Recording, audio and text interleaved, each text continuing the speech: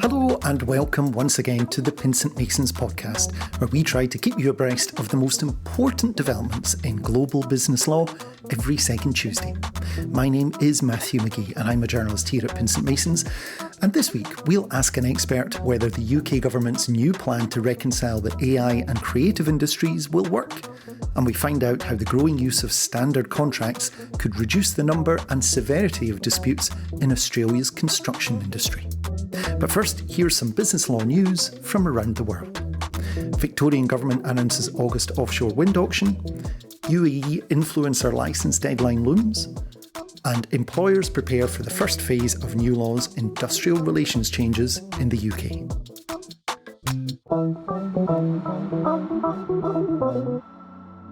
The Victorian state government has announced plans to hold an auction for offshore wind farms in August, ending a year-long delay and continued uncertainty for the industry in Australia.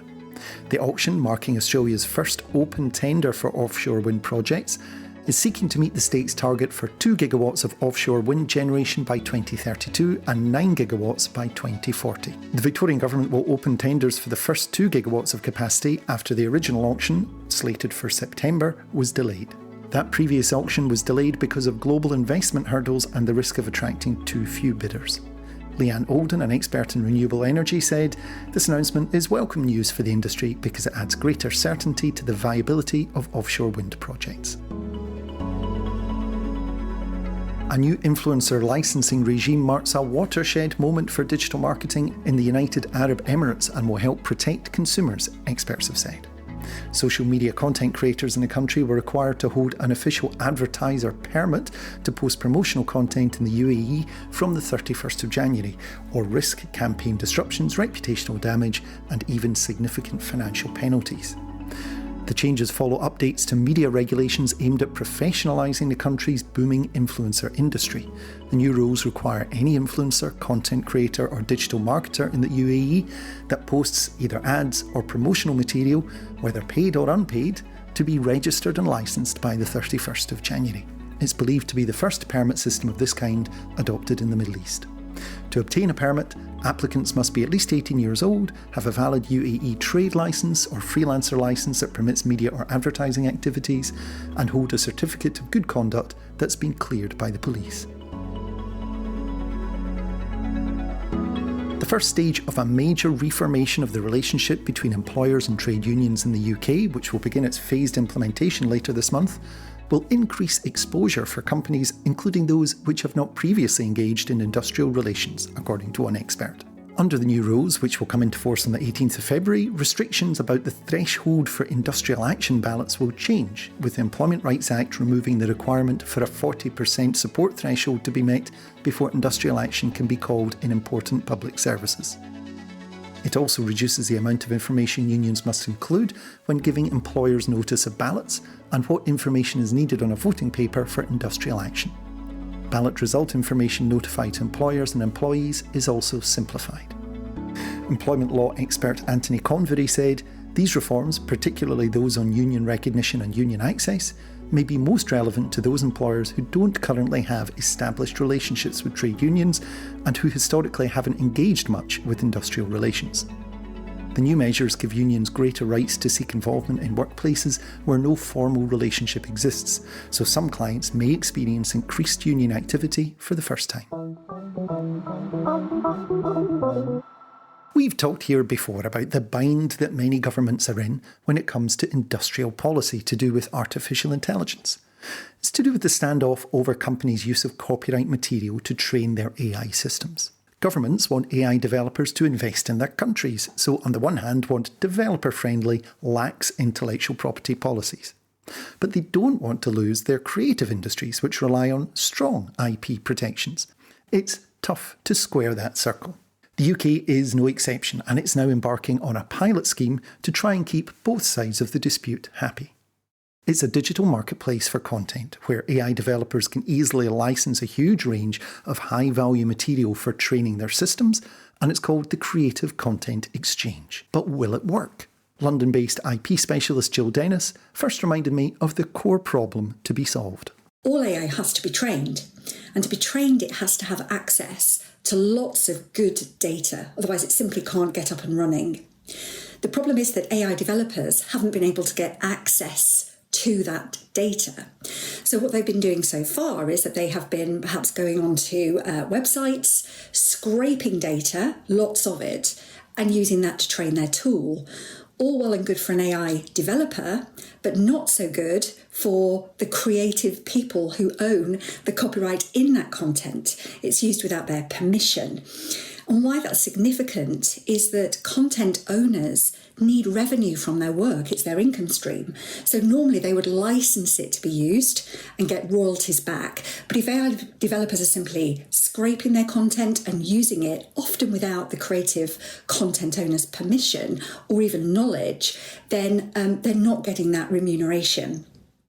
So the government's in a really tricky position at the moment where it wants to support AI innovation, but equally it recognises the contribution that the creative sector makes to the UK economy as well. And there's a risk that if AI developers aren't checked, that this will be really detrimental to the creative sector in the UK, because creatives will simply go elsewhere and make money elsewhere in another jurisdiction.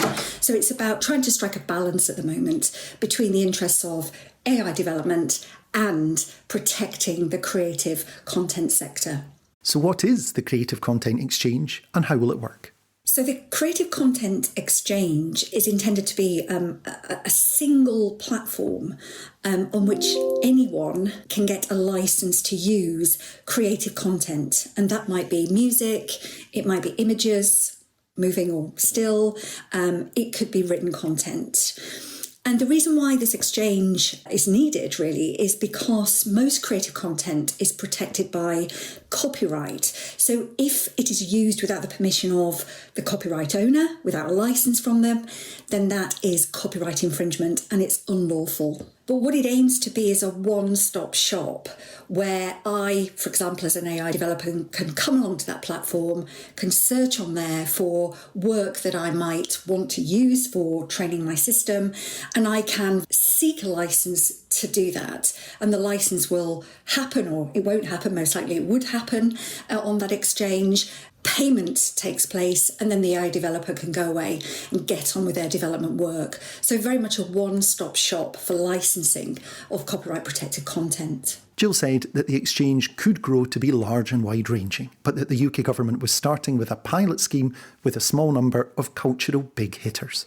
What the government is doing, what it's begun doing since the beginning of this year, is really testing the concept via a pilot scheme.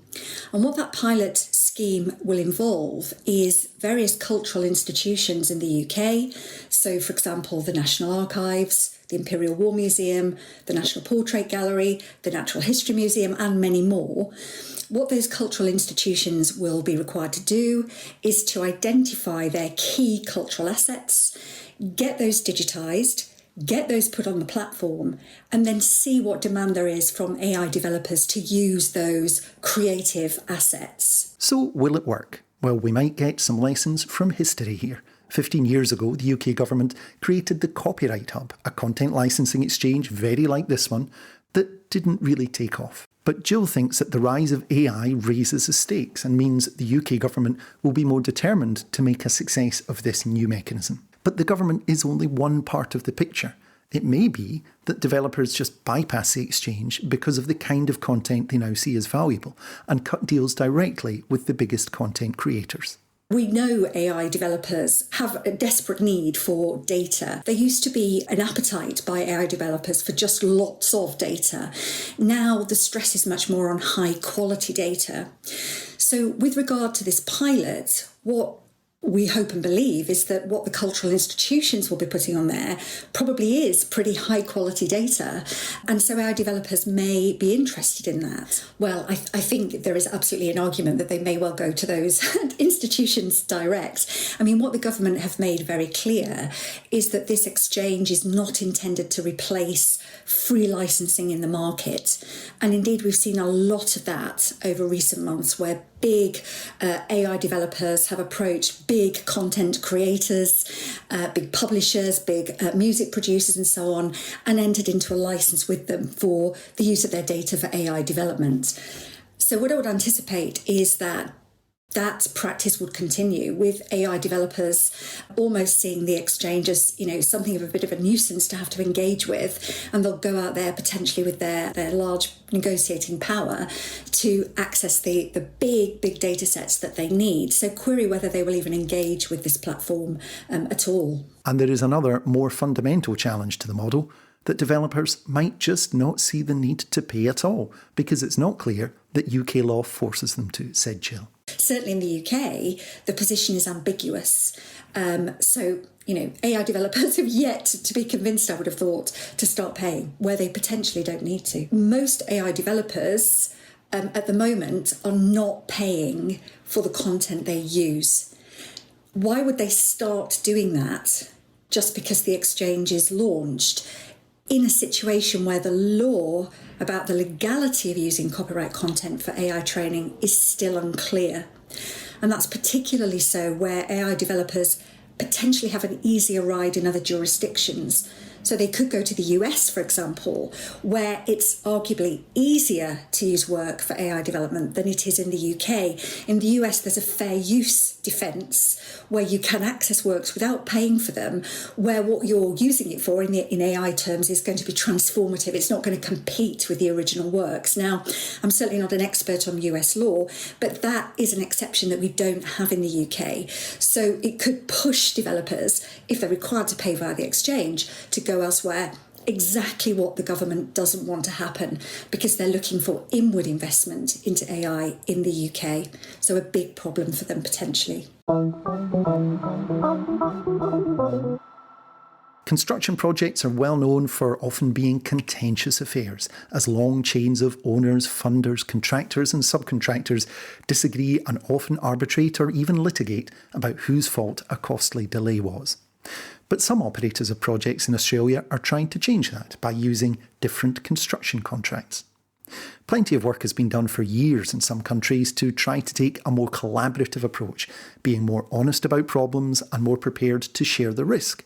And one part of that process is making the contracts less adversarial and more cooperative. One way of doing that that's now common for major publicly funded infrastructure projects is the use of a particular set of standard form contracts, where large complex contracts are pre-drafted and the details of a particular project filled in.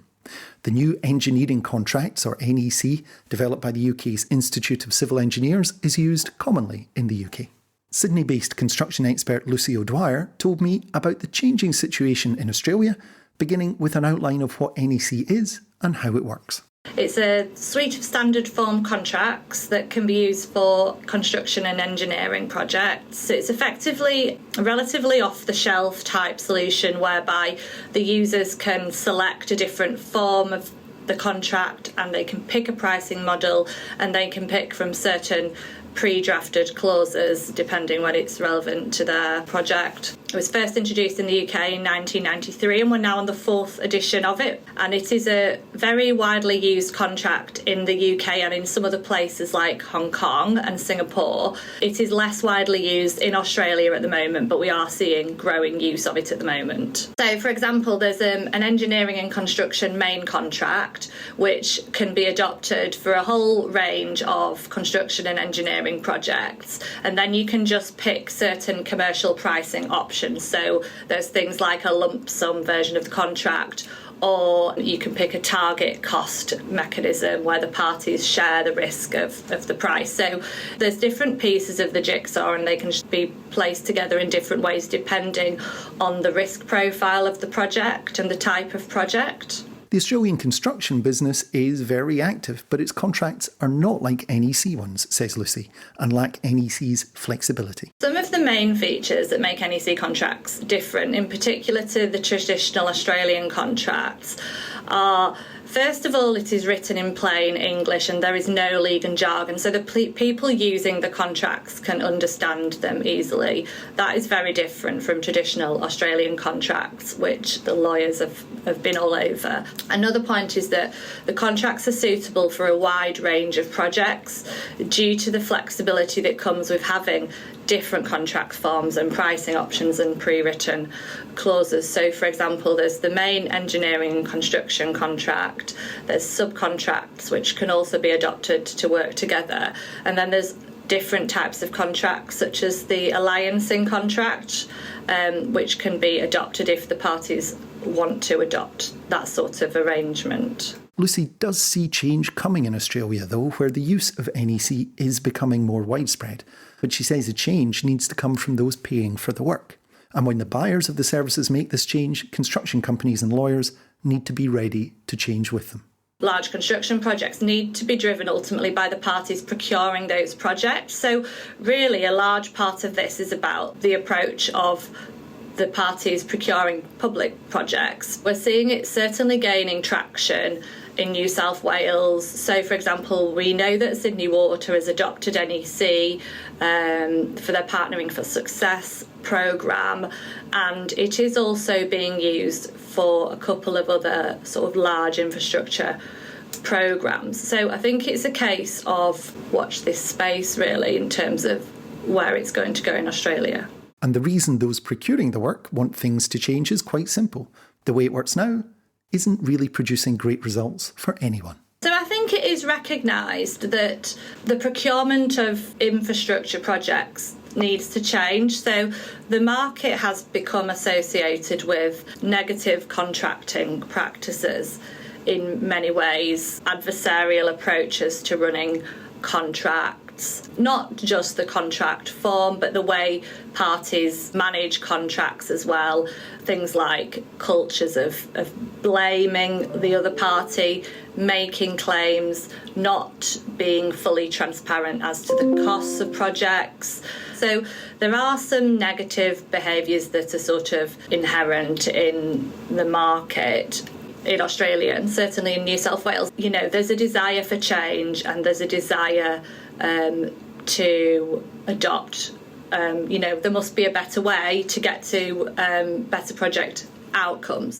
But Lucy says that if NEC adoption is going to be successful, then Australian construction companies and their lawyers need to embrace them fully and not fight the process. The parties need to buy into the sort of spirit and ethos of the NEC in terms of the contract form itself. So I mentioned that it's a contract form based on straightforward language and no legalese. Now that is terrifying for lawyers, and there is a sort of predisposition to heavily amend these contracts, and certainly some of the NEC contracts we've seen in Australia so far have been quite heavily amended.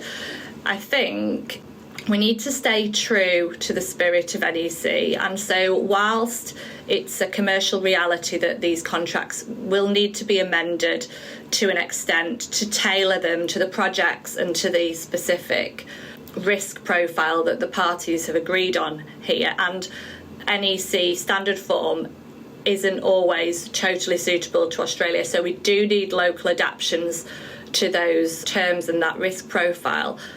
Parties need really to stray away from doing significant wholesale amendments to the contract and keep the amendments to what is actually essential to make the contract work and to fit the project and the risk profile that's been agreed. That way it stays as true as possible to the ethos of NEC. Thanks again for your time, for listening, for paying attention. Please do share it with anyone you think it might be relevant to. It's always good to reach new people. Review it if you feel like it on your podcast platform of choice.